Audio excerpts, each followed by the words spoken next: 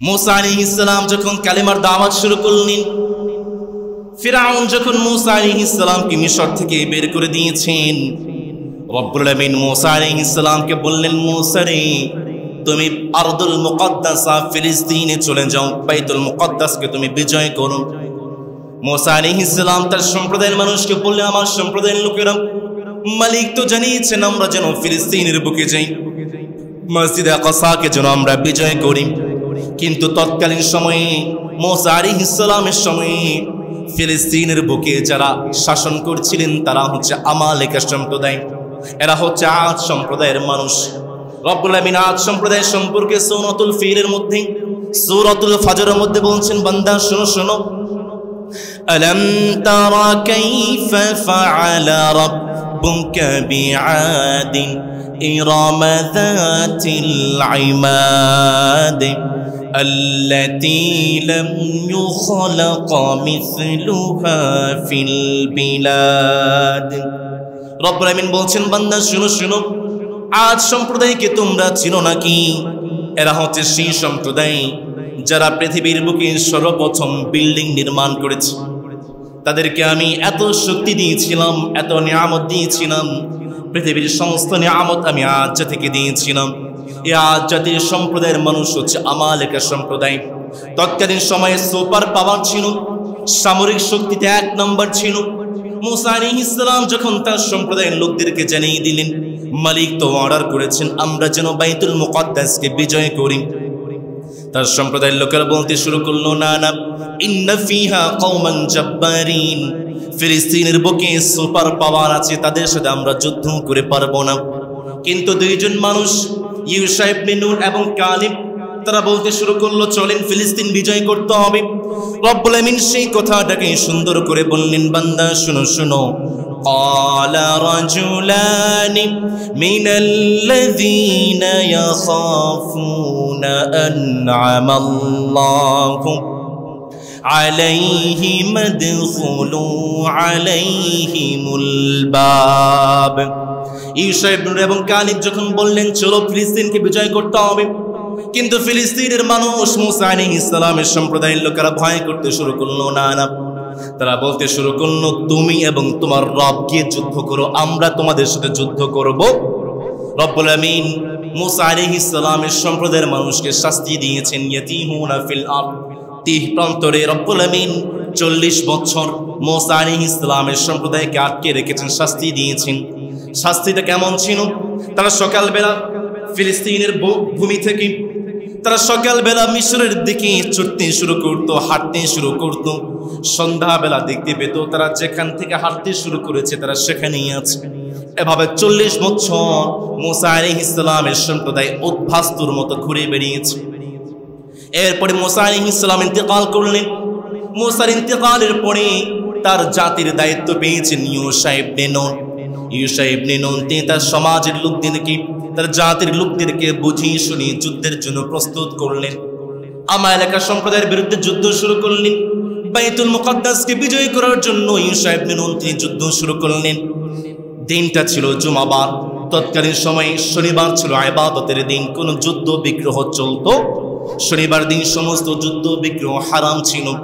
Yusha ইবনে নূন তিনি দেখতে পেলেন আসরের সময় মুসলমান বিজয়ের দ্বার প্রান্তে, মুসলমান বিজয় লাভ করবেন এমন সময় যদি সূর্যটা ডুবে যায় আর শনিবার যদি হয়ে যায়, আমালেকা সম্প্রদায় নতুন করে শক্তি সঞ্চয় করবে, আমরা তাদের সাথে পারবো না। ইউশা ইবনে নূন তিনি সূর্যের দিকে তাকিয়ে বলতে শুরু করলেন, ইন্নাকি মা'মুরা ওয়া আনা মা'মুর, ও সূর্য তুমি যে রবের ইবাদত করো আমিও তো সেই রবের ইবাদত করি। ইউশা ইবনে নূন তিনি দোয়া করতে শুরু করলেন, মালিক আপনি সূর্যটাকে 1 ঘন্টার জন্য আটকে দেন। রব্বুল আমিন সূর্যটাকে 1 ঘন্টার জন্য আটকে দিয়েছেন, আর মুসলমানরা যুদ্ধ করে বিজয় হয়ে বাইতুল মুকদ্দাসের মিনারে মুসলমানদের বিজয় পতাকা তারা উড়িয়েছে। আল্লাহু আকবার। বাইতুল মুকদ্দাসকে বিজয় করার জন্য मूसा আলাইহিসসালামের সময় মালিক সূর্যটাকে 1 ঘন্টা বিলম্বিত করেছিলেন। আজকে আমরা সেই বাইতুল মুকদ্দাস বিজয়ের অপেক্ষায়, ঠিক কিনা? নবী করিম সাল্লাল্লাহু আলাইহি ওয়াসাল্লামের সময় বাইজেন্টাইন খ্রিস্টানরা বাইতুল মুকদ্দাসকে দখল করে ফেলেছে। নবী করিম সাল্লাল্লাহু আলাইহি ওয়াসাল্লাম তাবুক যুদ্ধের সময় একটা ঘরে বসে আছেন, একটা তাঁবুতে বসে আছেন। আউফ ইবনে মালিক রাদিয়াল্লাহু তাআলা আনহু নবী করিম সাল্লাল্লাহু আলাইহি ওয়াসাল্লামের কাছে বললেন, নবী আমাকে কিছু নসিহত করুন। নবী করিম সাল্লাল্লাহু আলাইহি ওয়াসাল্লাম বললেন, 6টি আলামত যতক্ষণ পর্যন্ত পৃথিবীতে প্রকাশ না পাবে ততক্ষণ পর্যন্ত তোমাদের কাছে কিয়ামত আসবে না। তার মধ্যে অন্যতম হচ্ছে মাউতি, আমার মৃত্যু। 2 নম্বর হচ্ছে আমার মৃত্যুর পরে সর্বপ্রথম বাইতুল মুকদ্দাস বিজয় হবে। নবী করিম সাল্লাল্লাহু আলাইহি ওয়াসাল্লামের মৃত্যুর পরে মাত্র 5 বছর পরে ওমর রাদিয়াল্লাহু তাআলা আনহুর খিলাফতের সময় আবু উবাইদা ইবনুল জাররাহ রাদিয়াল্লাহু তাআলা আনহুর নেতৃত্বে কোন রকম রক্তপাত ছাড়াই মুসলমান বাইতুল মুকদ্দাসকে বিজয় করেছে এবং বাইতুল মুকদ্দাসের চাবি স্বয়ং ওমরে ফারুক রাদিয়াল্লাহু তাআলা আনহু গ্রহণ করেছে। সুবহানাল্লাহ পড়েন। ওমরে ফারুক রাদিয়াল্লাহু তাআলা আনহুর পরে 636 সালে মুসলমানরা ওমরে ফারুক রাদিয়াল্লাহু তাআলা আনহুর সময় বাইতুল মুকদ্দাসকে বিজয় করেছে। লম্বা সময় মুসলমানদের হাতেই ছিল। সর্বশেষ 1099 খ্রিস্টাব্দে প্রথম ক্রুসেডে খ্রিস্টানরা বাইতুল মুকদ্দাসকে আবার পুনরায় দখল করে ফেলেছে এবং যেই দিন খ্রিস্টানরা বাইতুল মুকদ্দাসকে 1099 খ্রিস্টাব্দে দখল করেছে, একদিনে 77,000 মুসলমানকে তারা হত্যা করেছে। বাইতুল মুকদ্দাসকে ঘোড়ার আস্তাবল বানিয়েছে। আমরা বলি গরুর ঘর, গোয়াল ঘর। আপনারা কি বলেন? গোয়াল ঘর। ঘোড়ার ঘরকে বলা হয় আস্তাবল। খ্রিস্টানরা বাইতুল মুকদ্দাসকে বিজয় করে মসজিদে আকসাকে আস্তাবল বানিয়েছে, রক্তাক্ত করেছে, নাপাক করেছে। সর্বশেষ 1187 খ্রিস্টাব্দে সালাউদ্দিন আইয়ুবী তিনি বাইতুল মুকদ্দাসকে বিজয় করার জন্য আবার পুনরায় উদ্যোগ গ্রহণ করেছেন। সালাউদ্দিন আইয়ুবী যখন বাইতুল মুকদ্দাসকে বিজয় করতে চাইলেন, সর্বপ্রথম তিনি দেখতে পেলেন মুসলমানদের মাঝে বিভক্তি যদি থাকে তাহলে বাইতুল মুকদ্দাস বিজয় করা সম্ভব নয়। সর্বপ্রথম সালাউদ্দিন আইয়ুবী মিশর, সিরিয়া, ইয়েমেন এবং হিজাজের মুসলমানদেরকে একত্রিত করে ইসলামী সাম্রাজ্য গড়ে তুললেন এবং ইসলামী সাম্রাজ্য গড়ে তুলে খ্রিস্টানদেরকে যুদ্ধের জন্য আহ্বান জানালেন। হিত্তিন নামক জায়গায় সালাউদ্দিন আইয়ুবী খ্রিস্টানদেরকে অবরোধ করে ফেললেন এবং খ্রিস্টানদের উপরে যুদ্ধে বিজয় লাভ করে কোন রকম রক্তপাত ছাড়াই সালাউদ্দিন আইয়ুবী বাইতুল মুকদ্দাসকে বিজয় করেছে। বাইতুল মুকদ্দাস বিজয় করার পরে যেখানে নামাজ বন্ধ ছিল, আযান বন্ধ ছিল, সালাউদ্দিন আইয়ুবী তিনি নামাজের ব্যবস্থা করেছেন, আযানের ব্যবস্থা করেছেন। দ্য রক অফ দ্য, আজকের যে ফিলিস্তিনের যে মিনারটা আছে সেই মিনারের সৌন্দর্য বর্ধন সালাউদ্দিন আইয়ুবী করেছেন। এরপরে লম্বা সময় বাইতুল মুকদ্দাস ফিলিস্তিন মুসলমানদের কাছেই ছিল, অটোমান সাম্রাজ্যের কাছে ছিল। 1187 খ্রিস্টাব্দ থেকে 1917 সাল পর্যন্ত বাইতুল মুকদ্দাস মুসলমানদের অধীনে ছিল। যখন প্রথম বিশ্বযুদ্ধে অটোমান সাম্রাজ্যের পতন হয়, অটোমান সাম্রাজ্যের পতনের পরে বাইতুল মুকদ্দাস আবার ব্রিটিশরা দখল করে ফেলে এবং এরপরে আস্তে আস্তে ইসরায়েল, ইহুদি এবং ইসরায়েলের অস্তিত্ব লাভ করতে শুরু করে। আজকে ইসরায়েল রাষ্ট্র কিভাবে প্রতিষ্ঠিত হয়েছে তার একটা ইতিহাস আছে। ইতিহাসটা যদি আমি শুরু করতে চাই, সর্বপ্রথম আমাকে বলতে হয় ইসরায়েল কোনো বৈধ রাষ্ট্র নয়, বরং ইসরায়েল হচ্ছে অবৈধ এবং জারজ রাষ্ট্র। ইয়া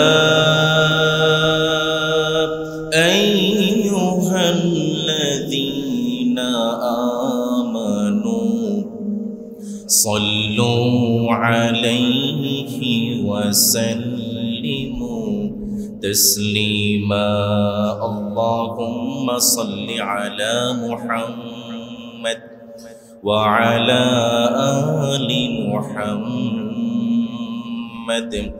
كما صليت على إبراهيم وعلى آل إبراهيم إنك حميد مجيد اللهم بارك على محمد وعلى آل محمد كما باركت على إبراهيم وعلى آل إبراهيم إنك حميد مجيد. প্রাণপ্রিয় মোহনীপাড়া তথা চট্টগ্রামবাসী, আপনারা সবাই কেমন আছেন? আলহামদুলিল্লাহ, আমিও ভালো আছি। আমাদেরকে যে মালিক সুস্থ রেখেছেন, গলার আওয়াজ ছেড়ে দিয়ে বলুন তো তিনি কে? আমাদেরকে যে মালিক ভালো রেখেছেন তিনি কে? রবের দরবারে সর্বোচ্চ আওয়াজ দিয়ে আকাশ বাতাস কাঁপে আমরা শুকরিয়া জ্ঞাপন করছি। আমরা পড়ছি আলহামদুলিল্লাহ, আরো পড়ছি রব্বানা লাকাল হামদ হামদান কাসীরা তাইয়্যিবান মুবারাকান ফীহি। আমরা প্রশংসা করেছি কার? সব সময় প্রশংসা করব কার? আল্লাহ আমাদেরকে তৌফিক দিন, আমরা পড়ি আমিন। আমার সম্মানিত মুসলিম কেরাম, আজকে আমাদের আলোচনার বিষয়বস্তু হচ্ছে ইতিহাসের আয়নায় ফিলিস্তিন, সেকাল থেকে একাল। আমরা ইতিহাসের আলোকে ফিলিস্তিনের ইতিহাসটা জানতে চাই। একটু কঠিন, সহজ করে কইতে আমায় কহজে, সহজ করে চায় না কওয়া সহজে। কঠিন বিষয়, আল্লাহ যেন আমাদেরকে সহজ করে বলার তৌফিক দেন, আমরা পড়ি আমিন। সম্মানিত মুসলিম কেরাম, আজকের ফিলিস্তিন ভৌগোলিক দিক থেকে অত্যন্ত গুরুত্বপূর্ণ। ভৌগোলিক দিক থেকে ফিলিস্তিন অত্যন্ত গুরুত্বপূর্ণ হওয়ার পাঁচটি আমরা কারণ পাই। যদি বুঝে থাকেন বলেন তো দেখি কয়টা কারণ? 1 নম্বর, ফিলিস্তিনের যে জমিনটা আছে, ফিলিস্তিনের জমিন এবং তার উত্তর পূর্ব অঞ্চলকে কৃষি এবং খনিজ সম্পদের জন্য পৃথিবীর সবচেয়ে উর্বর ভূমি হিসেবে আখ্যায়িত করা হয়। এজন্য প্রাচীনকাল থেকে ইংরেজরা ফিলিস্তিনের জমিনের নাম দিয়েছে উর্বর পাকা চাল, ফার্টাইল ক্রিসেন্ট। সুতরাং ফিলিস্তিনের ভৌগোলিক দিক থেকে ফিলিস্তিনের ভূখণ্ড এতটাই গুরুত্বপূর্ণ, ইংরেজরা প্রাচীনকাল থেকে এর নাম দিয়েছে উর্বর পাকা চাল, ফার্টাইল ক্রিসেন্ট। ফিলিস্তিন ভৌগোলিক দিক থেকে গুরুত্বপূর্ণ হওয়ার 2 নম্বর কারণ হচ্ছে ফিলিস্তিন, এই ভূমির, ফিলিস্তিনের জমিনের যথেষ্ট উৎপাদন ক্ষমতা আছে। কারণ এই জমিনে পুরো বছর বৃষ্টিপাত হচ্ছে এবং এই ফিলিস্তিনের আবহাওয়া, তাপমাত্রা সবসময় স্বাভাবিক থাকে। শীত বলেন, গ্রীষ্ম বলেন, প্রত্যেকটা কানে 19 থেকে 27-এর মধ্যে সেলসিয়াস ডিগ্রির মধ্যে তাপমাত্রা থাকে, যার কারণে এই ফিলিস্তিনের মাটিতে ফসল উৎপাদন বেশি হয়। এই জন্য ভৌগোলিক দিক থেকে ফিলিস্তিনের গুরুত্বপূর্ণ হওয়ার 2 নম্বর কারণ হচ্ছে ফিলিস্তিনের জমিন অত্যন্ত উর্বর এবং তার উৎপাদন ক্ষমতা সবচেয়ে বেশি। ভৌগোলিক দিক থেকে ফিলিস্তিন গুরুত্বপূর্ণ হওয়ার 3 নম্বর কারণ হচ্ছে আমাদের ফিলিস্তিন, এটা হচ্ছে 3 মহাদেশ, দুনিয়ার মিডল পয়েন্ট, পুরো বিশ্বের একদম মধ্যভাগে অবস্থিত। আজকের ইউরোপ, এশিয়া এবং আফ্রিকা 3 মহাদেশের মিডল একদম সম্মেলন স্থান হচ্ছে আজকে আমাদের ফিলিস্তিন।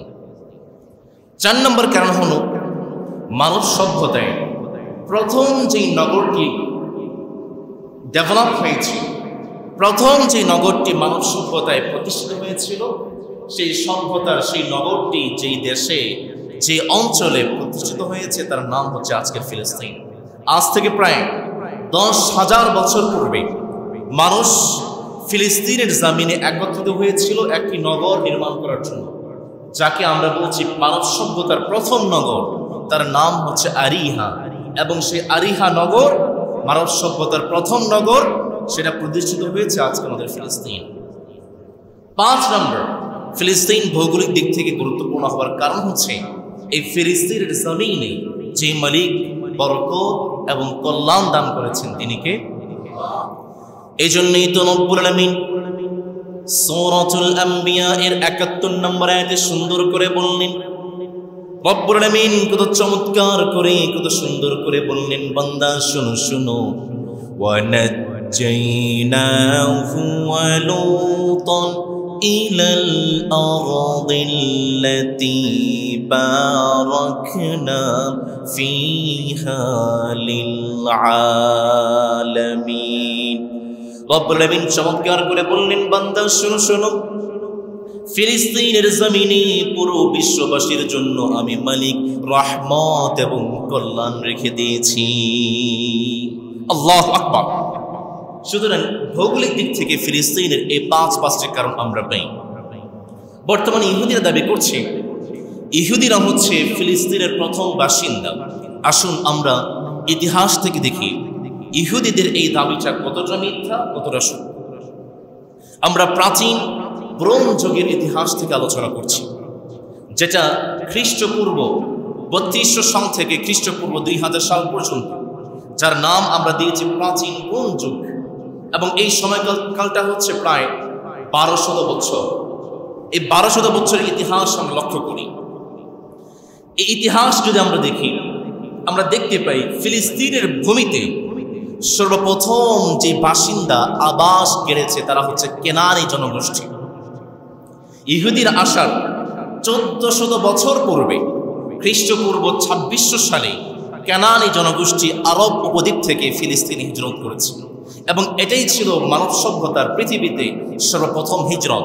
কেনানি জনগোষ্ঠী আরব উপদ্বীপ থেকে ফিলিস্তিনে হিজরত করে। এবং এরা কোনো ধর্মের অনুসারী ছিল না, এরা ছিল মূর্তি পূজক, চাঁদ সূরজের পূজা করত তারা।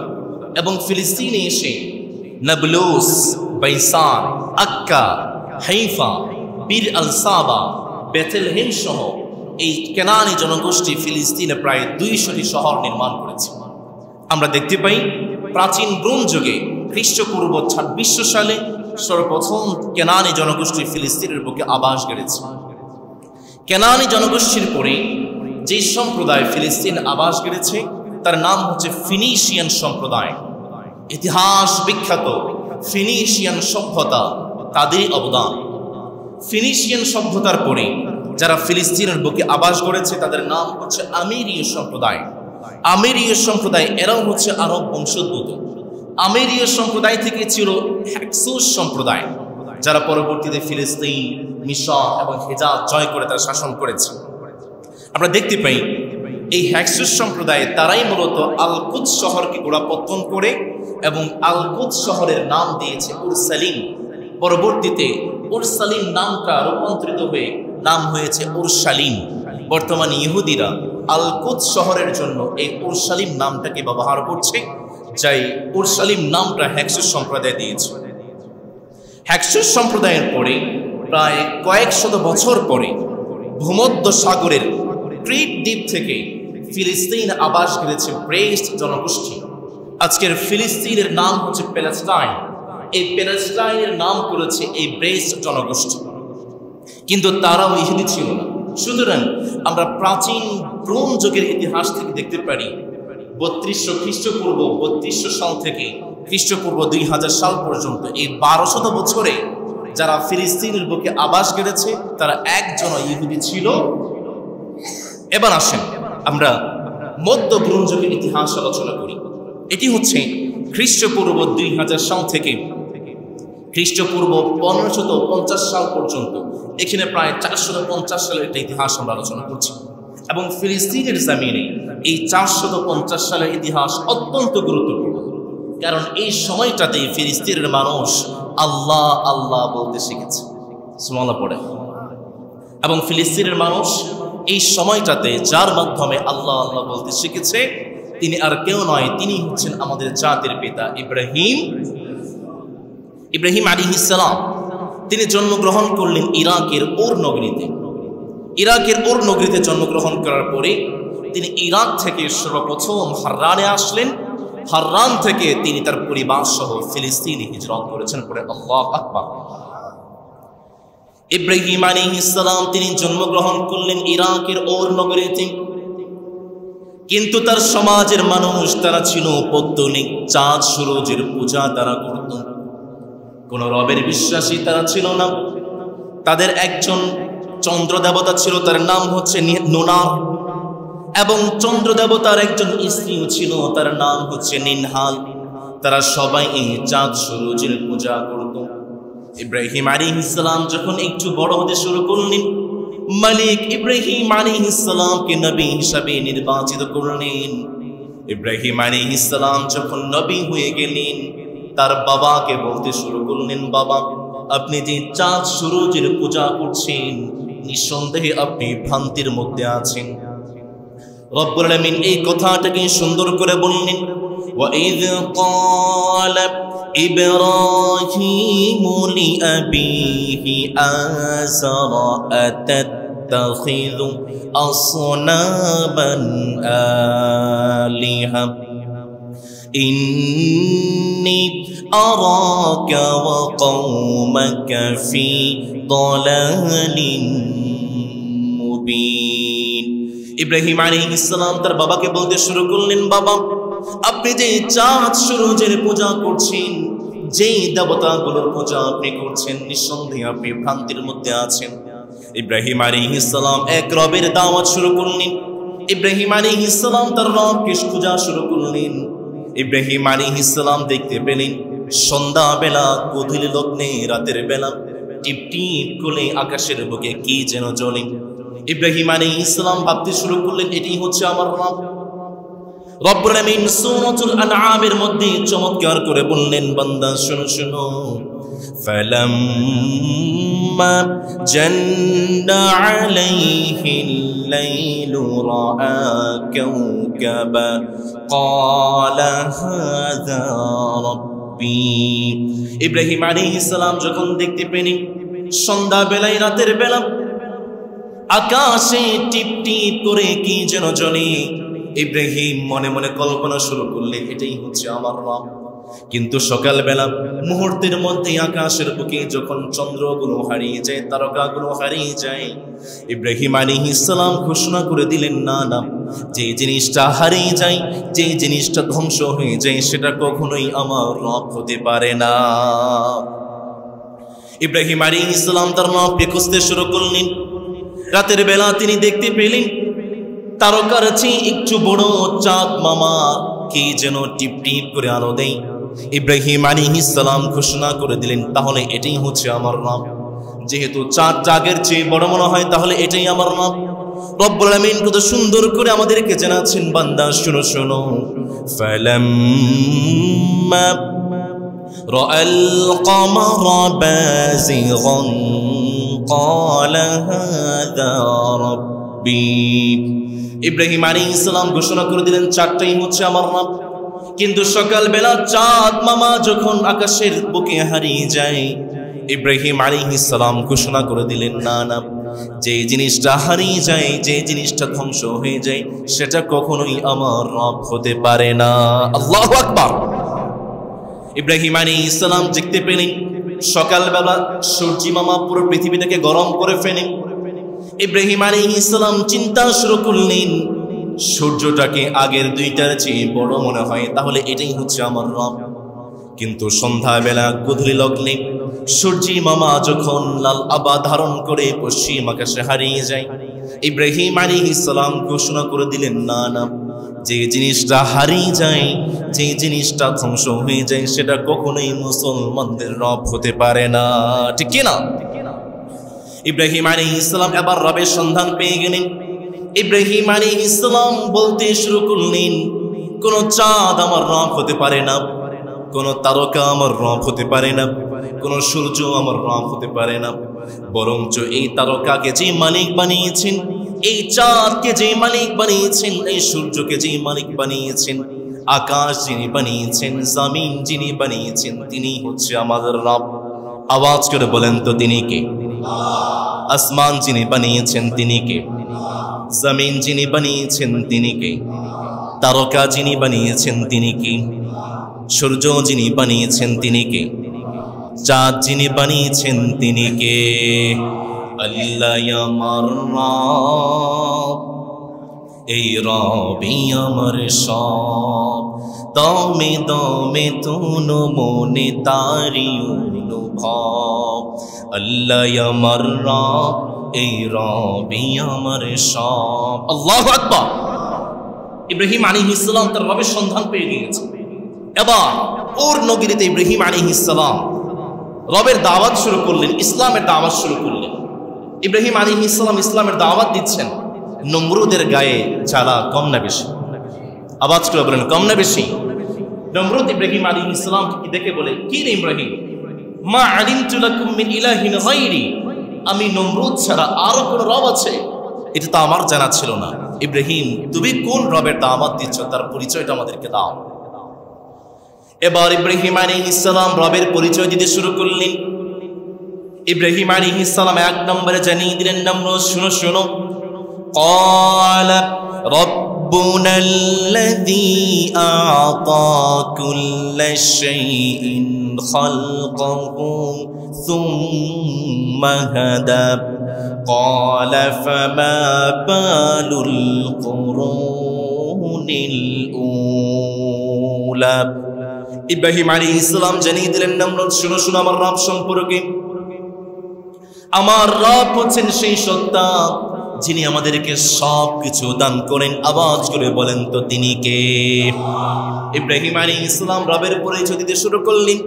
ইব্রাহিম আলাইহিস সালাম বলতে শুরু করলেন, ফালইয়াবুদু রাব্ব হাযাল বাইত الذي أطعمهم من جوع وآمنهم من خوف। ইব্রাহিম আলাইহিস সালাম রবের পরিচয় দিতে শুরু করলেন। ইব্রাহিম আলাইহিস সালাম বলতে শুরু করলেন, নমরুদ শুনো শুনো, আমার রব হচ্ছেন সেই সত্তা যিনি হচ্ছেন কাবার মালিক। আমার রব হচ্ছেন সেই সত্তা যিনি আমাদেরকে ভয়ের সময় আশার আলো দেখিয়ে দেন। আমার রব হচ্ছেন সেই সত্তা যিনি আমাদেরকে ক্ষুধার সময় আহার দান করেন। আওয়াজ করে বলেন তো তিনি কে? ইব্রাহিম আলাইহিস সালাম বলতে শুরু করলেন, আমার রব হচ্ছেন সেই সত্তা রব্বিয়াল্লাযী ইউহয়ী ওয়া ইউমীত, যিনি আমাদেরকে জীবন দান করেন, যিনি আমাদেরকে মরণ দান করেন, তিনি কে? নমরুদ বলতে শুরু করেছে, কি রে ইব্রাহিম, তোমার রব জীবন দান করতে পারে, মরণ দান করতে পারে, আমিও তো জীবন দান করতে পারি, আমিও তো মরণ দান করতে পারি। জেলখানা থেকে দুইজন কয়েদিকে ধরে এনেছে, একজন কয়েদির পেটে ধা করে ছুরিটা ঢুকিয়ে দিয়েছে, তাকে মেরে ফেলেছে, আর একজন কয়েদিকে বাঁচিয়ে রেখেছেন। ইব্রাহিমকে বলতে শুরু করলে, ইব্রাহিম দেখেছো নাকি একজনকে জীবিত রাখলাম আর একজনকে মেরে ফেলেছি। ইব্রাহিম আলাইহিস সালাম জবাব দিয়ে বললেন, নমরুদ তুমি মানুষকে জীবন দান করতে পারো, মরণ দান করতে পারো, বুঝলাম, কিন্তু আমার রব আরেকটা কাজ করতে পারে। নমরুদ বলে, ইব্রাহিম তোমার রব আর কি কাজ করতে পারে বলো? ইব্রাহিম আলাইহিস সালাম জানিয়ে দিলেন, শুনো শুনো, আমার রব হচ্ছেন সেই সত্তা যিনি প্রতিদিন পূর্ব আকাশ থেকে সূর্যটাকে উদিত করে পশ্চিম আকাশে অস্ত দেয়। নমরুদ তুমি যদি পারো তাহলে কালকে থেকে আর পূর্ব থেকে নয়, বরং তুমি পশ্চিম থেকে সূর্যটাকে উদিত করে দেখাও। ফাবুহিতাল্লাযী কাফা, নমরুদ কিংকর্তব্যে বিমূঢ় হয়ে গিয়েছে। নমরুদ বুঝতে পেরেছে সর্বনাশ, আমার ব্যবসায় লাল বাতি, আমার ব্যবসা শেষ। সম্প্রদায়ের মানুষকে ডেকে শুরু করলো, ক্বালু হাররিকুহু ওয়ানসুরু আলিহাতাকুম ইন কুনতুম ফাইলিন। আমার সম্প্রদায়ের লোকেরা, তোমরা যদি তোমাদের বাপ দাদার ব্যবসা টিকিয়ে রাখতে চাও, ইব্রাহিমকে আজকেই আগুনের মধ্যে নিক্ষেপ করো। আল্লাহু আকবার। ইব্রাহিম আলাইহিস সালামকে আগুনের মধ্যে নিক্ষেপ করা হয়েছে। আকাশের উপর থেকে যে মালিক দেখছেন তিনি কে? ইব্রাহিম আলাইহিস সালামকে আগুনের মধ্যে নিক্ষেপ করা হলো।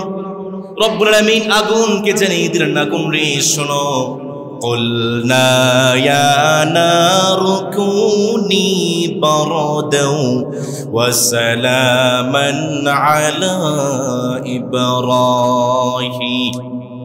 নবী মুসার মতো ঈমান হলে রাস্তা হবে সাগর জলে, নবী ইব্রাহিমের মতো ঈমান হলে, নবী ইউসুফের মতো ঈমান হলে একে একে দরজা খোলে। নবী ইব্রাহিমের মতো ঈমান যদি আজও থাকে বিদ্যমান, অগ্নিকুণ্ডে দেখতে পাবে খুবসুরতে গুলবাগান। আল্লাহু আকবার। ইব্রাহিম আলাইহিস সালামকে আগুনের মধ্যে নিক্ষেপ করা হোক। ইব্রাহিম তার নিজের জন্মভূমি ইরাকের ওর নগরী থাকতে পারলেন না, তিনি চলে আসলেন হিজরত করে হাররানে। হাররান হচ্ছে আজকের ফুরাতের একটি শাখা নদীর তীরে আরামিয়াদের একটি শহর। সে হাররানে যখন ইব্রাহিম আলাইহিস সালাম হিজরত করে চলে আসলেন, সেখানের জনগোষ্ঠীর মানুষটা ছিল পৌত্তলিক, তারাও চাঁদ সূরজের পূজা করত। ইব্রাহিম আলাইহিস সালামকে থাকতে দিল না। কিন্তু ইব্রাহিম আলাইহিস সালাম যখন হাররানে এসে ইসলামের দাওয়াত শুরু করেছেন, হাররানের নগর প্রধান কালেমা পড়ে মুসলমান হয়ে গিয়েছে। নগর প্রধান তিনি ইব্রাহিমকে রিকোয়েস্ট করলেন, অনুরোধ করলেন, ইব্রাহিম আমি ইসলামের দাওয়াতটাকে পুরো হাররানে ছড়িয়ে দিতে চাই, আপনি কোনো একজন দায়ীকে হাররানে রেখে যান। নগর প্রধানের অনুরোধে ইব্রাহিম আলাইহিস সালাম তার ভ্রাতুষ্পুত্র লূত আলাইহিস সালামকে হাররানে রেখে তার স্ত্রী হাজার, তার স্ত্রী সারা আলাইহিস সালামকে নিয়ে ইব্রাহিম আলাইহিস সালাম হাররান থেকে ফিলিস্তিনে হিজরত করেছেন। সুবহানাল্লাহ পড়বেন না? ইব্রাহিম আলাইহিস সালাম জন্মগ্রহণ করেছেন ইরাকের ওর নগরীতে, ইরাক থেকে হিজরত করলেন হাররানে, হাররান থেকে ইব্রাহিম আলাইহিস সালাম তার পরিবারকে নিয়ে হিজরত করেছেন ফিলিস্তিনে। আল্লাহু আকবার। ইব্রাহিম আলাইহিস সালাম যখন ফিলিস্তিনে আসলেন, ফিলিস্তিনে সেই সময়ে শাসন করছিল হেক্সুস সম্প্রদায়। ইব্রাহিম আলাইহিস সালাম হেক্সুস সম্প্রদায়ের যে বাদশাহ ছিলেন, তিনি ছিলেন অত্যন্ত অত্যাচারী এবং জালিম। হেক্সুস সম্প্রদায়ের বাদশাহ তিনি বিবাহিত নারীদেরকে ধরে ধরে ভোগ করত, ধর্ষণ করত। ইব্রাহিম আলাইহিস সালাম যখন সে বাদশার সামনে চলে গিয়েছেন তার স্ত্রী সারা আলাইহিস সালামকে নিয়ে, বাদশাহ জিজ্ঞাসা করেছে, ইব্রাহিম তোমার পাশে যিনি আছেন তিনি কে? ইব্রাহিম আলাইহিস সালাম পরিচয় দিতে গিয়ে তার স্ত্রী সারার পরিচয় দিয়েছে, ইনি হচ্ছে আমার বোন। সুবহানাল্লাহ পড়েন। ইব্রাহিম আলাইহিস সালাম তার জীবনে 3টি মিথ্যে কথা বলেছে। আওয়াজ করে বলেন কয়টা? 1 নম্বর, ইব্রাহিম আলাইহিস সালামকে যখন তার সম্প্রদায়ের লোক বলছিল চলো আমরা পূজায় যাই, আমরা মেলায় যাই, ইব্রাহিম আলাইহিস সালাম জবাব দিয়েছিলেন ইন্নী সাকিম, আমি অসুস্থ, আমি যেতে পারবো না। কিন্তু ইব্রাহিম অসুস্থ ছিলেন। 1 নম্বর মিথ্যে কথা। 2 নম্বর, ইব্রাহিম আলাইহিস সালাম যখন তার সমস্ত মূর্তিগুলোকে ভেঙে ফেলেছেন আর কোঠারটাকে বড়টার কাঁধে ঝুলিয়ে দিয়েছেন, সবাই যখন এসে প্রশ্ন করেছেন ইব্রাহিম মূর্তিগুলোকে কে ভেঙেছে, ইব্রাহিম জবাব দিয়েছেন ওই যে দেখো বড়টার কাঁধে কোঠার দেখা যায়, তাহলে তো বড় মূর্তিটাই সবাইকে ভেঙেছে। কিন্তু ভেঙেছিলেন ইব্রাহিম। এখানে ইব্রাহিম আলাইহিস সালাম মিথ্যে কথা বলেছিলেন। 3 নম্বর, ফিলিস্তিনে এসে যখন হেক্সুস সম্প্রদায়ের সামনে তিনি আসলেন, এসে তিনি যখন অত্যাচারী জালিম বাদশা প্রশ্ন করলেন ইব্রাহিম তোমার পাশে যিনি আছেন তিনি কে, তখন ইব্রাহিম আলাইহিস সালাম তার স্ত্রী সারার পরিচয় দিতে গিয়ে তিনি বলেছিলেন ইনি হচ্ছে আমার বোন। এই 3টা মিথ্যে কথা ইব্রাহিম আলাইহিস সালাম জীবনে বলেছেন। কিন্তু এগুলো যদি বিশ্লেষণ করি, এগুলো আদতে মিথ্যে ছিল। ইব্রাহিম আলাইহিস সালাম যখন হিজরত করে ফিলিস্তিনে চলে আসলেন, ফিলিস্তিনে আসার পরে ইব্রাহিম আলাইহিস সালাম তিনি দেখতে পেলেন তার হেক্সুস সম্প্রদায় যারা ছিল তারা অত্যাচারী জালিম ছিল, অত্যন্ত জালিম ছিল। তারা যখন প্রশ্ন করল তোমার সাথে যিনি আছেন তিনি কি, ইব্রাহিম জবাব দিয়ে বললেন ইনি হচ্ছে আমার বোন সারা। অত্যাচারী জালিম সারার দিকে হাত বাড়িয়েছে ভোগ করার জন্য, অত্যাচার করার জন্য। রব্বুল আলামিন হেক্সুস সম্প্রদায়ের হাত, যিনি জালিম বাদশা ছিলেন, তার হাতটাকে অবশ করে দিয়েছেন। জালিম বাদশা সারাকে বলতে শুরু করল সারা রবের কাছে দোয়া করো, আমি তোমার কোনো ক্ষতি করব না, তোমার উপর জুলুম করব না। সারা যখন দোয়া করেছেন মুহূর্তের মধ্যেই জালিম বাদশার হাতটাকে যে মালিক ভালো করে দিয়েছেন তিনি কি। এরপরে জালিম বাদশা থেমে থাকে নাই, দ্বিতীয়বার আবার হাত বাড়িয়েছে। রব্বুল আলামিন জালিম বাদশার হাতটাকে আগের চেয়েও কঠিন ভাবে অবশ করে দিলেন। এবার জালিম বাদশা সারার কাছে অনুরোধ করতে শুরু করলেন সারা দোয়া করো, আমি তোমার কোনো ক্ষতি করব না, মালিক যেন আমার হাতটাকে ভালো করে দেয়। সারা যখন দোয়া করলেন মালিক জালিম বাদশার হাতটাকে ভালো করে দিলেন। এবার জালিম বাদশা হেক্সুস সম্প্রদায়ের বাদশা তিনি যখন বুঝতে পারলেন সারা সামান্য সাধারণ কোনো মানুষ নয়, তিনি রাজকন্যা হাজার আলাইহিস সালামকে সারা খিদমতের জন্য পাঠিয়ে দিলেন। সারা আলাইহিস সালাম তিনি হাজার আলাইহিস সালামকে নিয়ে ইব্রাহিম আলাইহিস সালামের কাছে চলে আসলেন। ইব্রাহিম আলাইহিস সালাম তখন সালাতে দাঁড়িয়েছিলেন। সারা আলাইহিস সালাম যখন চলে আসলেন, ইব্রাহিম আলাইহিস সালাম প্রশ্ন করলেন সারা তোমার খবর কি। সারা আলাইহিস সালাম জবাব দিয়ে বললেন হেক্সুস সম্প্রদায়ের অত্যাচারী বাদশা আমার কোনো ক্ষতি করতে পারে নাই, জুলুম করতে পারে নাই। তার বদৌলতে রাজকন্যা হাজার আলাইহিস সালামকে আমাকে দিয়েছেন, কিন্তু ইব্রাহিম হাজার আলাইহিস সালামকে আমি আমার জন্য রাখতে চাই না, আমার খিদমতের জন্য রাখতে চাই না। ইব্রাহিম আমি আপনার জন্য হাজার আলাইহিস সালামকে দান করে দিলাম, আপনি তাকে বিয়ে করে ফেলেন। ইব্রাহিম আলাইহিস সালাম হাজার আলাইহিস সালামকে বিয়ে করে ফেললেন, আর বিয়ে করে মিশর থেকে আবার হিজরত করে ইব্রাহিম ফিলিস্তিনে চলে আসলেন। আর হাজার আলাইহিস সালামের গর্ভ থেকেই ফিলিস্তিনের বুকে ইসমাঈল আলাইহিস সালাম জন্মগ্রহণ করেছেন। আর ইসমাঈল আলাইহিস সালামের উত্তরসূরি হচ্ছেন আমাদের প্রিয় নবী মুহাম্মদুর রাসূলুল্লাহ সাল্লাল্লাহু। এখান থেকে আমরা দেখতে পাই আমাদের পূর্বসূরিদের জন্ম ভিটা হচ্ছে আজকের ফিলিস্তিন। আজকের ফিলিস্তিন কোন ইহুদির নয়, কোন খ্রিস্টানদের সম্পত্তি নয়, বরং এটা হচ্ছে মুসলমানদের বাপ দাতার জন্মভূমি, ঠিক কিনা? ইব্রাহিম আলাইহিস সালাম যখন হাজার আলাইহিস সালামকে নিয়ে ফিলিস্তিনে চলে আসলেন, ইসমাঈল জন্মগ্রহণ করলেন। মালিক হাজার আলাইহিস সালাম সহ ইব্রাহিমকে জানিয়ে দিলেন, ইব্রাহিম তুমি তোমার কলিজার টুকরা ছেলে ইসমাঈলকে নিয়ে হাজার আলাইহিস সালামকে নিয়ে তুমি মক্কাতুল মুকাররমায় চলে যাও। এই কথাটাকে রব্বুল আমিন সুন্দর করে বললেন, বান্দা শোনো শোনো, রব্বানা ইন্নী আসকানতু মিন যুররিয়্যাতি বিওয়াদিন গায়রি যী যার'ইন ইনদা বাইতিকাল মুহাররাম। ইব্রাহিম আলাইহিস সালাম তার কলিজার টুকরা ছিলেন ইসমাঈল আলাইহিস সালামকে নিয়ে এবং প্রিয়তমা হাজার আলাইহিস সালামকে নিয়ে তিনি মক্কাতুল মুকাররমায় চলে আসলেন। মক্কাতুল মুকাররমায় রেখে আবার ইব্রাহিম তিনি ফিলিস্তিনে চলে গেলেন। ইসমাঈল আলাইহিস সালাম জন্মগ্রহণ করার 14 বছর পরে সারা আলাইহিস সালামের গর্ভ থেকে জন্মগ্রহণ করে ইসহাক আলাইহিস সালাম। ইসহাক আলাইহিস সালাম তিনি ফিলিস্তিনে জন্মগ্রহণ করলেন। ইসহাক আলাইহিস সালামের জন্মে ইসহাক আলাইহিস সালামের সন্তান হচ্ছে ইয়াকুব আলাইহিস সালাম।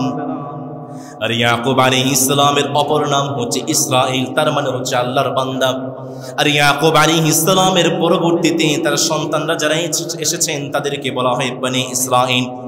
ইয়াকুব আলাইহিস সালামের সন্তানদের মধ্যে একজন সন্তান ছিল ইহুদা, এবং ইহুদার সন্তানরাই পরবর্তীতে ইহুদি পরিচয় দিতে শুরু করে।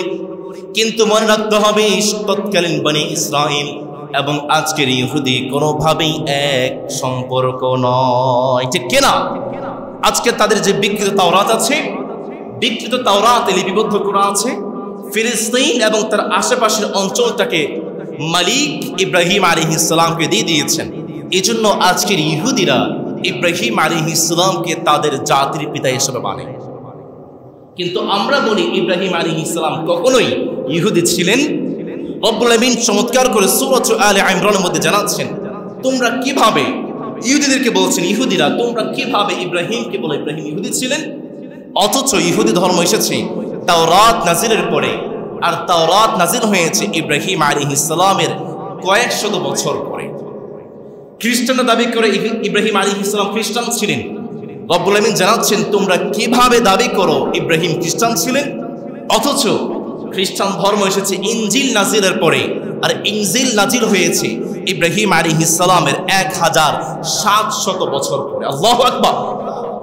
আমরা বললাম মারে, তাহলে ইব্রাহিম আলাইহিস সালাম খ্রিস্টান ছিলেন না, ইব্রাহিম আলাইহিস সালাম ইহুদি ছিলেন না, তাহলে তিনি কি ছিলেন?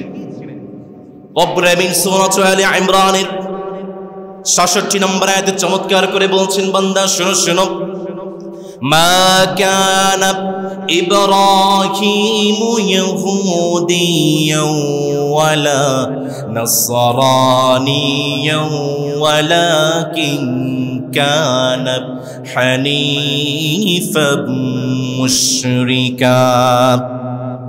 ইব্রাহিম আলাইহিস সালামকে জানাচ্ছেন, বান্দা শোনো শোনো, ইব্রাহিম আলাইহিস সালাম কোশ্চিন কালো ইহুদি ছিলেন না, কোশ্চিন কালো তিনি খ্রিস্টান ছিলেন না, বরং ইব্রাহিম আলাইহিস সালাম ছিলেন পাক্কা একজন মুসলমান। রব্বুল আমিন ইব্রাহিম আলাইহিস সালামকে বলে, ইব্রাহিম আসলিম, ইসলাম গ্রহণ করো। ইব্রাহিম আলাইহিস সালাম সাথে সাথে বলে ফেললেন, আসলামতু লিরাব্বিল আলামিন, আমি যে রবের জন্য ইসলাম গ্রহণ করেছি। আওয়াজ করে বলেন তো তিনি কে? এজন্যই তো রব্বুল আমিন সুন্দর করে বললেন, মিল্লাত আবিকুম ইব্রাহিম হুয়া সাম্মাকুমুল মুসলিমিন। মুসলমান শোনো শোনো, তোমাদের জাতির পিতা হচ্ছে ইব্রাহিম, এবং তোমাদেরকে মুসলমান নামকরণ যিনি করেছেন তিনি আর কেউ নয়, তিনি হচ্ছে তোমাদের ইব্রাহিম। আল্লাহু আকবার। মুওয়াহিদান ইউলাব্বি আসলামতু আনতা রাব্বি زد نذرتي يقينا ليطمئن قلبي أعظم به ضياء أبا يسم ابتلاء رأى ابنه ذبيحا وللجبين تلب وكان أمة وحده هدى وفضلا مقامه كريم مقامه مصلب بعزمه تحدى بصبره تحلى وحين خاض نارا ثباته تجلى هو الخليل وفى لربه وأبلغ بلا إله إلا إلهه أهل لكعبة بناها وملة بداها على نبينا وعليه الله صلى الله أكبر ইব্রাহিম আলাইহিস সালাম কোশ্চিন কালো ইহুদি ছিলেন, কোশ্চিন কালো খ্রিস্টান ছিলেন, ইব্রাহিম আলাইহিস সালাম ছিলেন পাক্কা মুসলমান। আল্লাহু আকবার। ইব্রাহিম আলাইহিস সালামের মাধ্যমে এভাবে আস্তে আস্তে ফিলিস্তিনের বুকে মুসলমানদের বসবাস শুরু হয়েছে। মুসলমানরা যখন ফিলিস্তিনের বুকে আবাস গড়তে শুরু করেছে তখন ইহুদিদের কোনো অস্তিত্ব ছিল, কারণ ইহুদি এসেছে ইব্রাহিম আলাইহিস সালামের কয়েক শত বছর পরে। সুতরাং ইহুদিরা যারা দাবি করছে ফিলিস্তিনের প্রথম বাসিন্দা হচ্ছে ইহুদিরা, ইতিহাস থেকে আমরা পাই এই দাবিটা হচ্ছে সম্পূর্ণ বানোয়াট এবং মিথ্যা। আওয়াজ করে বলেন ঠিক কেন? ইব্রাহিম আলাইহিস সালাম যখন ফিলিস্তিনের বুকে আবাস করতে শুরু করলেন, মসজিদ আকসাকে ইব্রাহিম আলাইহিস সালাম পুনরায় নির্মাণ করলেন। এরপরে বিভিন্ন সময়ে মসজিদ আকসাকে দখলদার, হানাদার, বর্বর এবং ইহুদিরা দখল করে নিয়েছে। দখল করার পরে সর্বপ্রথম মুসা আলাইহিস সালামের সময়ে আমরা ফিলিস্তিনের মসজিদ আকসাকে বিজয় করেছি। সুবহানাল্লাহ পড়ে। মুসা আলাইহিস সালাম যখন কালিমার দাওয়াত শুরু করলেন, ফিরাউন যখন মুসা আলাইহিস সালামকে মিশর থেকে বের করে দিয়েছেন, রব্বুল আলামিন মুসা আলাইহিস সালামকে বললেন, মুসা রে তুমি আরদুল মুকদ্দাসা ফিলিস্তিনে চলে যাও, বাইতুল মুকদ্দাসকে তুমি বিজয় করো। মুসা আলাইহিস সালাম তার সম্প্রদায়ের মানুষকে বললেন, আমার সম্প্রদায়ের লোকেরা, মালিক তো জানিয়েছেন আমরা যেন ফিলিস্তিনের বুকে যাই, মসজিদ আকসাকে যেন আমরা বিজয় করি। কিন্তু তৎকালীন সময়ে মুসা আলাইহিস সালামের সময়ে ফিলিস্তিনের বুকে যারা শাসন করছিলেন তারা হচ্ছে আমালেকা সম্প্রদায়, এরা হচ্ছে আদ সম্প্রদায়ের মানুষ।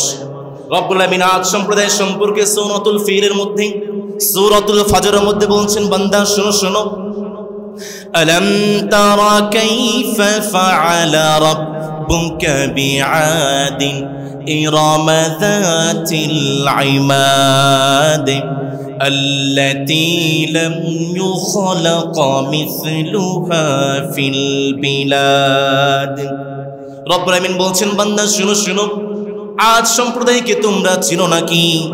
এরা হচ্ছে সেই সম্প্রদায় যারা পৃথিবীর বুকে সর্বপ্রথম বিল্ডিং নির্মাণ করেছে।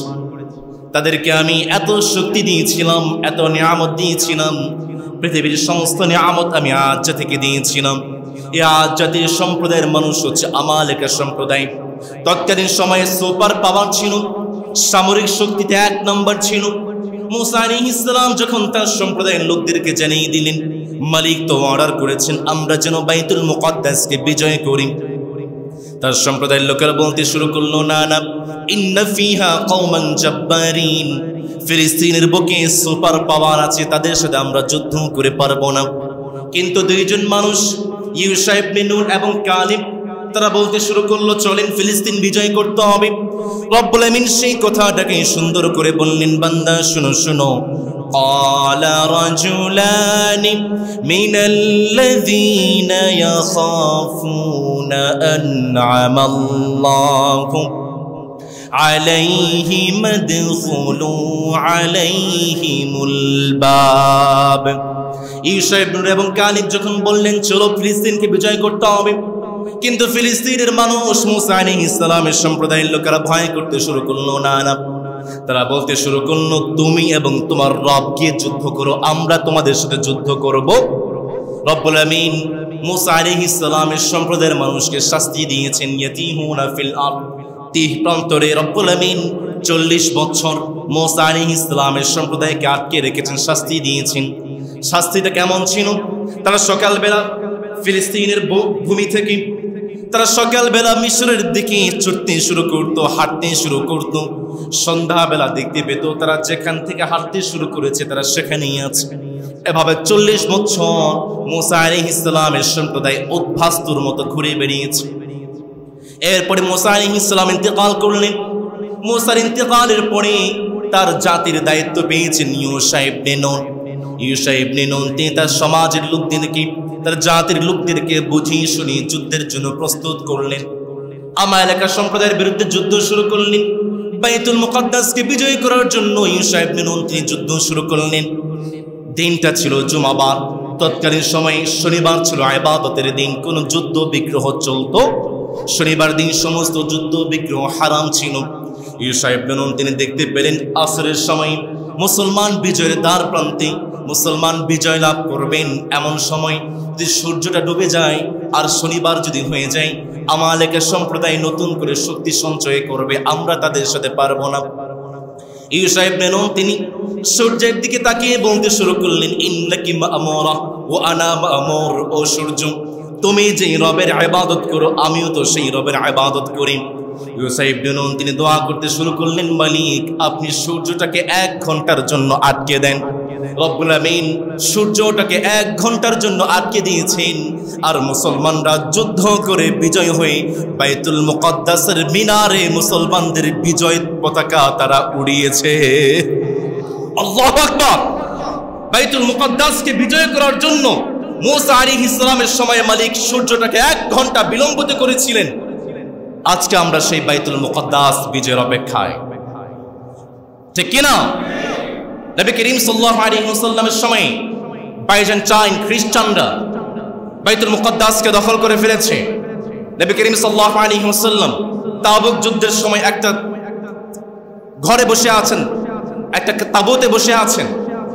আউফ ইবনে মালিক রাদিয়াল্লাহু তাআলা আনহু নবী করিম সাল্লাল্লাহু আলাইহি ওয়াসাল্লামের কাছে বললেন, নবী আমাকে কিছু নসিহত করুন। নবী করিম সাল্লাল্লাহু আলাইহি ওয়াসাল্লাম বললেন, 6টি আলামত যতক্ষণ পর্যন্ত পৃথিবীতে প্রকাশ না পাবে ততক্ষণ পর্যন্ত তোমাদের কাছে কিয়ামত আসবে না। তার মধ্যে অন্যতম হচ্ছে মাউতি, আমার মৃত্যু। 2 নম্বর হচ্ছে আমার মৃত্যুর পরে সর্বপ্রথম বাইতুল মুকাদ্দাস বিজয় হবে। নবী করিম সাল্লাল্লাহু আলাইহি ওয়াসাল্লামের মৃত্যুর পরে মাত্র 5 বছর পরে ওমর রাদিয়াল্লাহু তাআলা আনহুর খিলাফতের সময় আবু উবাইদা ইবনুল জাররাহ রাদিয়াল্লাহু তাআলা আনহুর নেতৃত্বে কোন রকম রক্তপাত ছাড়াই মুসলমান বাইতুল মুকাদ্দাসকে বিজয় করেছে এবং বাইতুল মুকাদ্দাসের চাবি স্বয়ং ওমর ফারুক রাদিয়াল্লাহু তাআলা আনহু গ্রহণ করেছে। সুবহানাল্লাহ পড়েন। ওমর ফারুক রাদিয়াল্লাহু তাআলা আনহু পরে 636 সালে মুসলমানরা ওমর ফারুক রাদিয়াল্লাহু তাআলা আনহুর সময় বাইতুল মুকাদ্দাসকে বিজয় করেছে। লম্বা সময় মুসলমানদের হাতেই ছিল।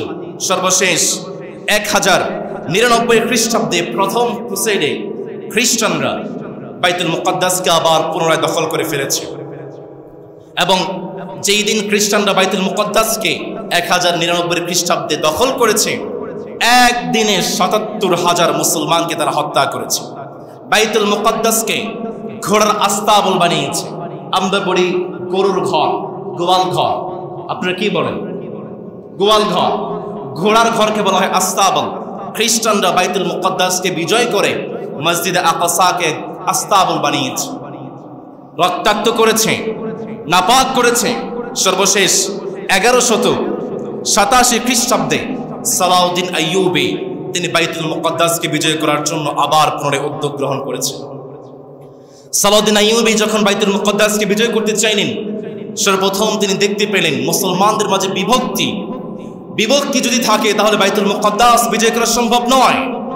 সর্বপ্রথম সালাউদ্দিন আইয়ুবী মিশর, সিরিয়া, ইয়েমেন এবং হিজাজের মুসলমানদেরকে একত্রিত করে ইসলামী সাম্রাজ্য গড়ে তুললেন এবং ইসলামী সাম্রাজ্য গড়ে তুলে খ্রিস্টানদেরকে যুদ্ধের জন্য আহ্বান জানালেন।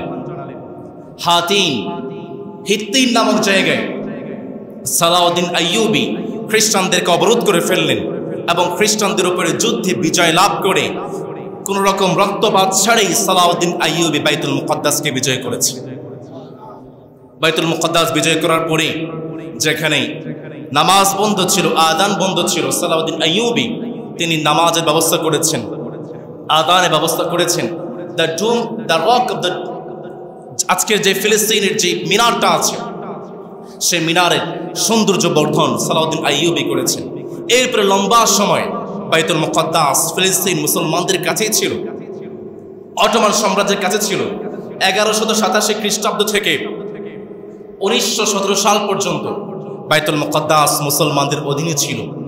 যখন প্রথম বিশ্বযুদ্ধে অটোমান সাম্রাজ্যের পতন হয়, অটোমান সাম্রাজ্যের পতনের পরে বাইতুল মুকদ্দাস আবার ব্রিটিশরা দখল করে ফেলে এবং এরপরে আস্তে আস্তে ইসরায়েল, ইহুদি এবং ইসরায়েলের অস্তিত্ব লাভ করতে শুরু করে। আজকে ইসরায়েল রাষ্ট্র কিভাবে প্রতিষ্ঠিত হয়েছে তার একটা ইতিহাস আছে। ইতিহাসটা যদি আমি শুরু করতে চাই, সর্বপ্রথম আমাকে বলতে হয় ইসরায়েল কোনো বৈধ রাষ্ট্র নয়, বরং ইসরায়েল হচ্ছে অবৈধ এবং জারজ রাষ্ট্র। ইহুদিদের কোনো রাষ্ট্র ছিল না, কোনো ভূমিও ছিল না। ইহুদিদের সবচেয়ে বড় দুর্বলতা হচ্ছে এটা হচ্ছে ঘরোয়া ধর্ম। কারণ হিন্দু ধর্ম এবং ইহুদি ধর্মে যদি কোনো মানুষ হিন্দু ধর্মে জন্মগ্রহণ না করে সে কিন্তু হিন্দু হতে পারে, কোনো মানুষ সে যদি ইহুদি ধর্মে জন্মগ্রহণ না করে, ইহুদি বাবা মার গর্ভ থেকে না আসে, সেও কিন্তু ইহুদি হতে পারে। সুতরাং ইহুদিদের মাঝে একটা সংকীর্ণতা বোধ কাজ করছিল এবং এই সংকীর্ণতাকে কাজে লাগিয়ে মুসলমানরা ইহুদিদের মাঝে ইসলামের দাওয়াত শুরু করে এবং দলে দলে ইহুদিরা কালেমা পড়ে মুসলমান হতে শুরু করে। এবং এই সংকীর্ণতা এবং এই বিপদ থেকে বাঁচার জন্য ইহুদিদের মাঝে সর্বপ্রথম রাষ্ট্রচিন্তা আসে। তারা একটা আবাস করতে চায় যেখানে শুধু ইহুদিরাই থাকবে, অন্য কেউ থাকবে না। এখান থেকে মূলত আসে ইহুদিদের রাষ্ট্রচিন্তা। এরপরে ফরাসি বিপ্লব ছিল ইহুদিদের জন্য মুক্তির পয়গাম। 19 শতকের শেষের দিকে France, Poland, England, Germany, Holland, Belgium, Denmark, Norway, Austria এবং সুইজারল্যান্ড ইহুদিদেরকে পূর্ণ অধিকার দান করে। কিন্তু তৎকালীন সময় পর্যন্ত পূর্ব ইউরোপের অনেক রাষ্ট্র ইহুদিদেরকে ভালো চোখে দেখতেও না। সর্বশেষ অস্ট্রিয়ার একজন সাংবাদিক, ইহুদি সাংবাদিক থিওডর হার্জেল, তার নেতৃত্বে মূলত ইহুদিরা একটি আবাস করতে শুরু করে। থিওডর হার্জেল তিনি পরামর্শ দিয়েছিলেন পূর্ব আফ্রিকাতে তারা একটি রাষ্ট্র প্রতিষ্ঠা করবে, কিন্তু অন্যান্য নেতাদের পরামর্শে তারা ফিলিস্তিনের বুকে ইসরায়েল রাষ্ট্র প্রতিষ্ঠার জন্য সম্মতি গ্রহণ করে। থিওডর হার্জেল সহ অনেক ইহুদি নেতারা তারা চেয়েছিল ইহুদি রাষ্ট্র গঠন করার জন্য তারা দ্বিতীয় সুলতান আব্দুল হামিদের কাছে যাবে এবং দ্বিতীয় আব্দুল হামিদের পরামর্শ চায় এবং মোটা অঙ্কের একটা লোভ দেখায়, টাকার লোভ দেখায়। কিন্তু দ্বিতীয় আব্দুল হামিদ তিনি সম্পূর্ণভাবে তাদেরকে নাকচ করে দেয়। থিওডর হার্জেল সহ যারা ইহুদিদের নেতা ছিল তারা যখন নিরাশ হয়ে যায়, তারা ব্রিটিশদের শরণাপন্ন হয় এবং তারা ষড়যন্ত্র শুরু করে। ইহুদিদের 1 নম্বর ষড়যন্ত্র ছিল ডিভাইড অ্যান্ড রুল, মুসলমানদেরকে বিভক্ত করতে হবে, এবং সেখানে তারা সফল হয়ে যায়। তারা সমর্থন পেয়েছে কামাল আতাতুর্ক পাশা। ইসরায়েল রাষ্ট্র গড়ার জন্য মুসলমানদের নেতাদের মধ্যে সবচেয়ে যিনি সহযোগিতা করেছেন তিনি আর কেউ নয়, তিনি হচ্ছেন কামাল আতাতুর্ক পাশা। কামাল আতাতুর্ক পাশা আজকের ইসরায়েল গঠন করার জন্য একসাথে 25,000 মুসলমানকে শহীদ করেছে। কামাল আতাতুর্ক পাশা এই হচ্ছে সেই জঘন্য ব্যক্তি যে উলামায়ে কেরামদেরকে শহীদ করে গাজী উপাধি ধারণ করেছে। এই কামাল আতাতুর্ক পাশা এই হচ্ছে সেই জঘন্য ব্যক্তি যে ইসরায়েলকে প্রতিষ্ঠা করার জন্য তুরস্কের মাটিতে ইবাদত বন্দেগী বন্ধ করে দিয়েছে। আয়া সোফিয়ার ইতিহাস আপনারা জানেন। আয়া সোফিয়াতে 482 বছর পর ইবাদত, আযান এবং বন্দেগী বন্ধ করে দেওয়া হয়েছে। এই কামাল আতাতুর্ক পাশা এই হচ্ছে সেই জঘন্য ব্যক্তি আরবিতে কোরআন তিলাওয়াতকে বন্ধ করে দিয়েছে। এই কামাল আতাতুর্ক পাশার নেতৃত্বে এবং অন্যান্য মুসলিম নেতাদের বিভেদ করার মাধ্যমে ইসরায়েল রাষ্ট্র প্রতিষ্ঠার জন্য পথ সুগম হয়ে যায়। 1916 সালে ইহুদি বিশ্ব সংস্থা ওয়ার্ল্ড জায়নিস্ট অর্গানাইজেশন ব্রিটেনের পররাষ্ট্র দপ্তরের সঙ্গে আলোচনায় বসে এবং 1917 সালে ব্রিটিশ সরকার বেলফোর ঘোষণার মাধ্যমে ফিলিস্তিনের বুকে ইহুদিদের জন্য আবাস স্থায়ী নিশ্চিত করে দেয়। আজকের ফিলিস্তিনে 1918 সালে ফিলিস্তিনিদের জনসংখ্যাদের মধ্যে 10 ভাগের 1 ভাগ ছিল ইহুদি। 1918 সালে ফিলিস্তিনি জনসংখ্যার মধ্যে 10 ভাগের 1 ভাগ ছিল ইহুদি। সেই জনসংখ্যা 1919 সাল থেকে 1923 সালের মধ্যে ফিলিস্তিনের বুকে ইহুদিদের সংখ্যা হয়ে যায় 35,000। 1923 সাল থেকে 1931 সালের মধ্যে ইহুদিদের সংখ্যা দাঁড়ায় ফিলিস্তিনের বুকে 81,000 এবং 1931 সাল থেকে 1941 সাল পর্যন্ত ফিলিস্তিনের বুকে ইহুদিদের সংখ্যা দাঁড়ায় 2,41,000। এরপরে দ্বিতীয় বিশ্বযুদ্ধের পরে যখন বিপুল সংখ্যক ইহুদিরা তারা ভূমি হারিয়ে যায়, তারা নিরাশ হারিয়ে যায়, যুক্তরাষ্ট্র আজকের আমেরিকা জাতিসংঘ জোর করে 6 লক্ষ ইহুদিদেরকে ফিলিস্তিনের বুকে চাপিয়ে দেয় এবং মাত্র 100 দিনে 17,000 মুসলমানকে ফিলিস্তিনের বুকে ইহুদিরা শহীদ করে ফেলে। এভাবে মুসলমানদের রক্তের উপরে দাঁড়িয়ে আছে আজকের ইসরায়েল, মুসলমানদের শহীদি কাফেলার উপরে দাঁড়িয়ে আছে আজকের ইসরায়েল। সুতরাং এটা বলতে আর কোনো বাধা নেই, ইসরায়েল কোনোভাবে বৈধ রাষ্ট্র নয়, বরং ইসরায়েল হচ্ছে রক্তখেকো এবং জারজ এবং অবৈধ রাষ্ট্র। এটা আমাদের কাছে একদম স্পষ্ট হয়ে যায়। ইসরায়েল তারা চেয়েছিল মুসলমানদেরকে ফিলিস্তিনের ভূমি থেকে নিরাশ করে ফেলবে, নিশ্চিন্ত করে ফেলবে। আপনারা জানেন বর্তমানে গুগল ম্যাপ প্রত্যেকের ফোনে আছে, গুগল ম্যাপে সার্চ করেন, গুগল ম্যাপ থেকে ফিলিস্তিনকে মুছে দিয়েছে। আমরা বলি এইভাবে বোমা মেরে বিল্ডিং উড়িয়ে দেওয়া যায়, বোমা মেরে মানুষের ক্ষয়ক্ষতি করে দেওয়া যায়, মুসলমানকে শহীদ করা যায়, কিন্তু বোমা মেরে স্বাধীনতাকামীর মানুষের মনের আকাঙ্ক্ষা কখনো পিটিয়ে দেওয়া যায় না। ফিলিস্তিনের প্রত্যেকটা মানুষের হৃদয়ে স্বাধীনতার আকাঙ্ক্ষা লালন করছে, প্রত্যেকটা মানুষ স্বাধীন হতে চায়। এজন্য আমরা বলি Palestine tomorrow will be free. Palestine মুক্ত হবে, প্যালেস্টাইন মুক্ত হবে। এটা যেই মালিক ওয়াদা করেছেন তিনি কে? Free free Palestine, free free free free free free Palestine মুক্ত হবে, এর মধ্যে কোনো সন্দেহ। যে মালিক ওয়াদা করেছেন তিনি কে? আজকে একটা ভবিষ্যৎবাণী নয়, আপনাদেরকে বলে রাখছি ফিলিস্তিন বিজয় হবে এবং সেটা খুব দেরি নয়, অতি সন্নিকটে ফিলিস্তিন বিজয় হবে। আওয়াজ করবেন ইনশাআল্লাহ, আরো জোরে বলতে হবে ইনশাআল্লাহ। ইহুদিদের সাথে ফিলিস্তিন এবং মুসলমানদের যেটা বিরোধ, মূল বিরোধটা কোথায়? মূল বিরোধ হচ্ছে তারা দাবি করছে মসজিদে আকসার নিচে হাইকালে সুলাইমানি আছে, থার্ড টেম্পল আছে। এটা কোন থার্ড টেম্পল? তারা দাবি করছে দাউদ আলাইহিস সালাম একটা ইবাদতখানা নির্মাণ করতে শুরু করেছিলেন, কিন্তু দাউদ আলাইহিস সালাম শেষ করতে পারেন নাই। পরবর্তীতে দাউদ আলাইহিস সালামের ছেলে সুলাইমান আলাইহিস সালাম তিনি এটাকে নির্মাণ কাজ শেষ করেছেন। তারা দাবি করছেন এটা হচ্ছে আমাদের, এবং তারা দাবি করছে এটা হচ্ছে আজকের মসজিদ আকসার নিচেই আছে। 1897 খ্রিস্টাব্দে সুইজারল্যান্ডের বাসেল নগরীতে থিওডর হার্জারের সভাপতিত্বে ইহুদিরা একটা অনুষ্ঠান করেছিল এবং সেখানেই তারা দাবি করে মসজিদ আকসার নিচে থার্ড টেম্পল আছে। এরপরে 1967 সাল থেকে জেরুজালেম সহ মসজিদ আকসা সহ ফিলিস্তিনের ভূমিকে তারা খনন করতে শুরু করে, কিন্তু আজ পর্যন্ত মসজিদ আকসার নিচে থার্ড টেম্পলের কোনো নিদর্শন তারা দেখাতে পারে নাই।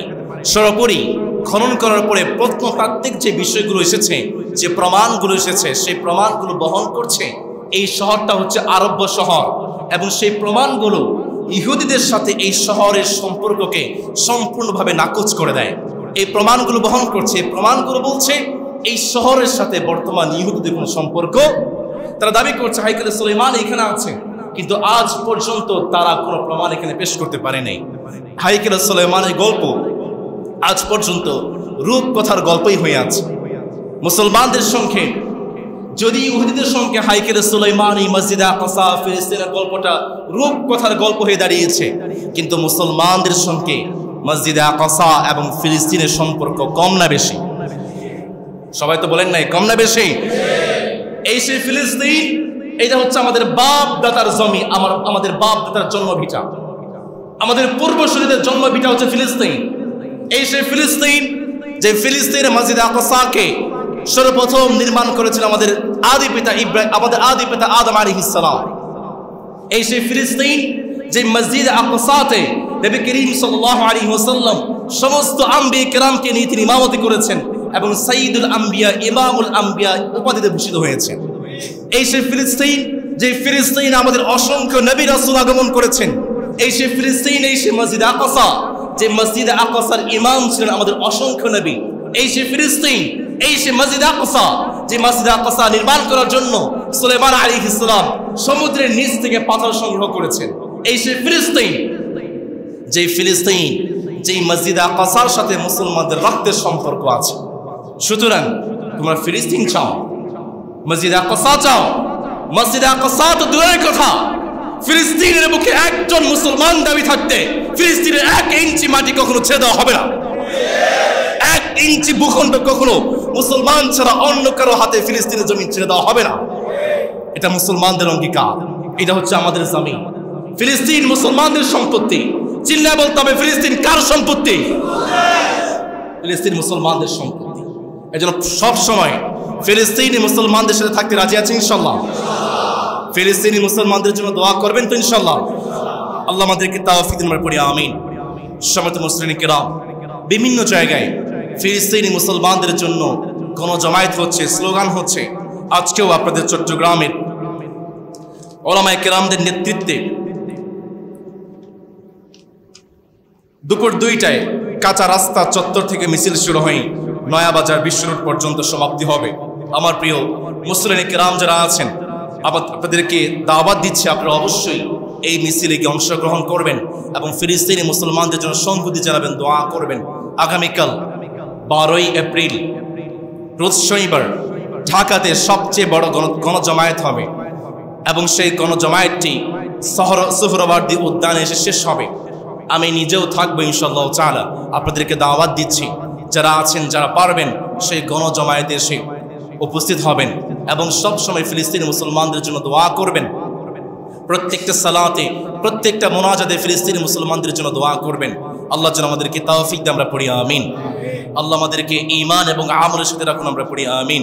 ওয়া আখিরু দাওয়ানা আলহামদুলিল্লাহি রাব্বিল আলামিন।